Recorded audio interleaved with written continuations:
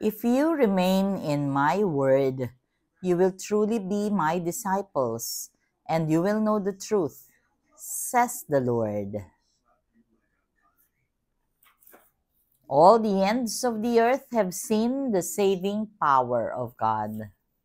Blessed Saturday, everyone. We praise and thank you, dear God, for another day of life. We praise and thank you for the gift of love, the gift of family, of community, and of belongingness, and the gift of existence.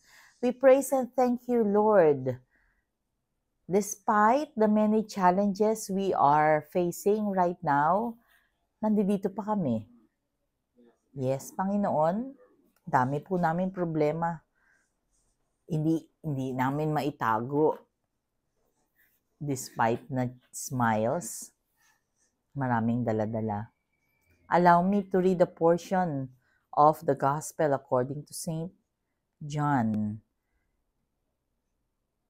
Jesus said to him,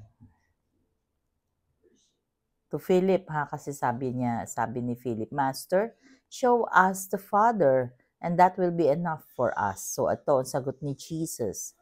Have I been with you for so long a time, and you still do not know me, Philip?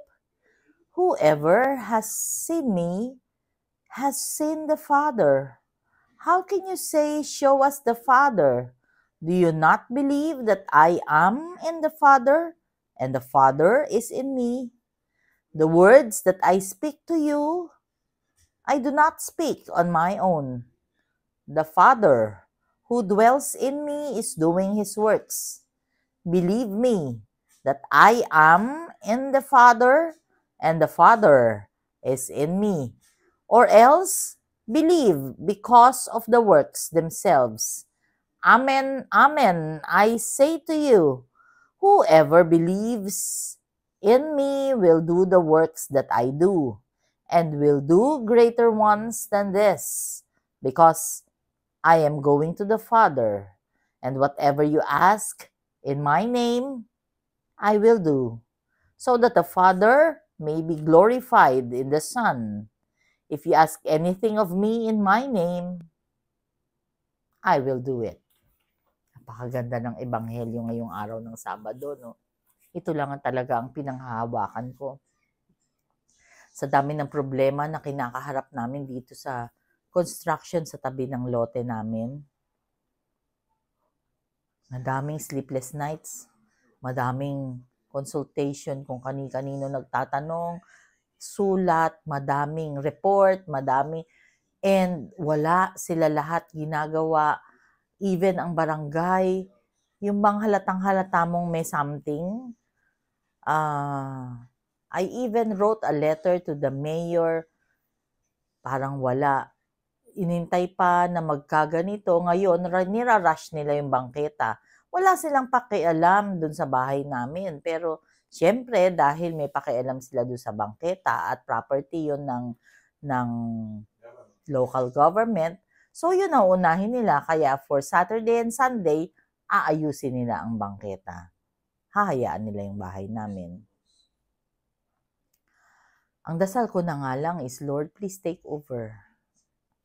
Nakataas ang kamay at pa ako. Hindi ko kaya. Yes, sabi nila, magreklamo. Yes, kasuhan. Pero, ganun ba kadali yun? I am an engineer. Kahapon, in-interview ako ng isang estudyante na high school who is going to take up civil engineering, and marami sa mga questions niya pertains to safety because civil engineering nga. Kaya alam ko, yung tungkol sa safety, kasi yun naman talaga ang first and foremost na goal natin bilang builder, bilang engineers, ourselves. Hindi na nga natin masyadong tinitingnan, although syempre gusto rin natin maganda, pero yung aesthetic wise, sa arkitekto yon. May kapatid din ako arkitekto. So, alam namin na hindi dapat magkaganito. Galing ako na ngayon, nasa dams ako. Ang dinidiscuss namin is about safety. Puro safety. And yet, safe ba talaga kami?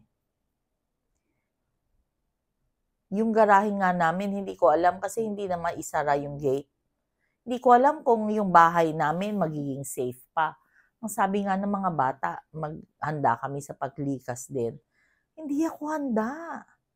Hindi. I don't know how this would end. I don't know what will happen next. But I am holding on to the promise na hindi kami pababayaan ng Diyos. I am happy nga kasi napaalis ko na yung umuupa. Although, hindi ko naman kasi gusto ko ang nangyari. Legally, hindi naman ako may kasalanan. Pero morally, parang mga anak ko sila na kailangan kong kuhanin sila doon sa lugar na yun at ilagay sa, alam mo yung mga ibon na gusto mo ikandili mo sila. Parang ganoon. Napakahirap i-explain. But sometimes I run out of words to say because yes, hindi naman nga bigla, pero I am still in shock because it's a very big company, Jiangjing Construction. Tapos, with the help of the MCI, I cannot imagine na ganong kalalaking kumpanya ay ganito ang mangyayari. Sa totoo lang, with the heat that we experience these days, and kung ano man ang nangyayari sa amin, parang sama-sama, parang laging masakit ang batok, laging hindi makatulog, laging kasama pang rayuma. Sabi ko, Lord, please be in control of our lives.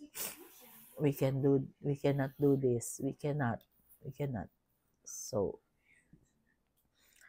yun lang talaga.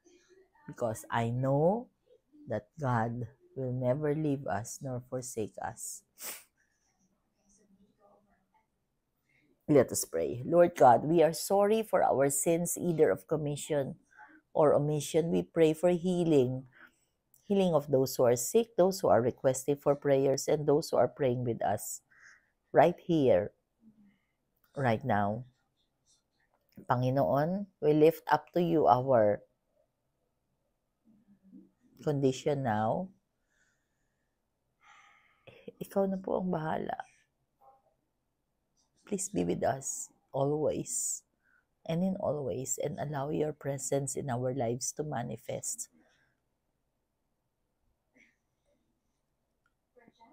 Please take control, dear God.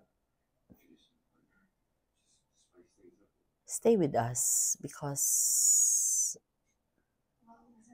wala po kami kung wala kayo. All this we pray in your mighty name, through the intercession of our blessed Mama Mary. Amen. Blessed Saturday once again. God bless us all.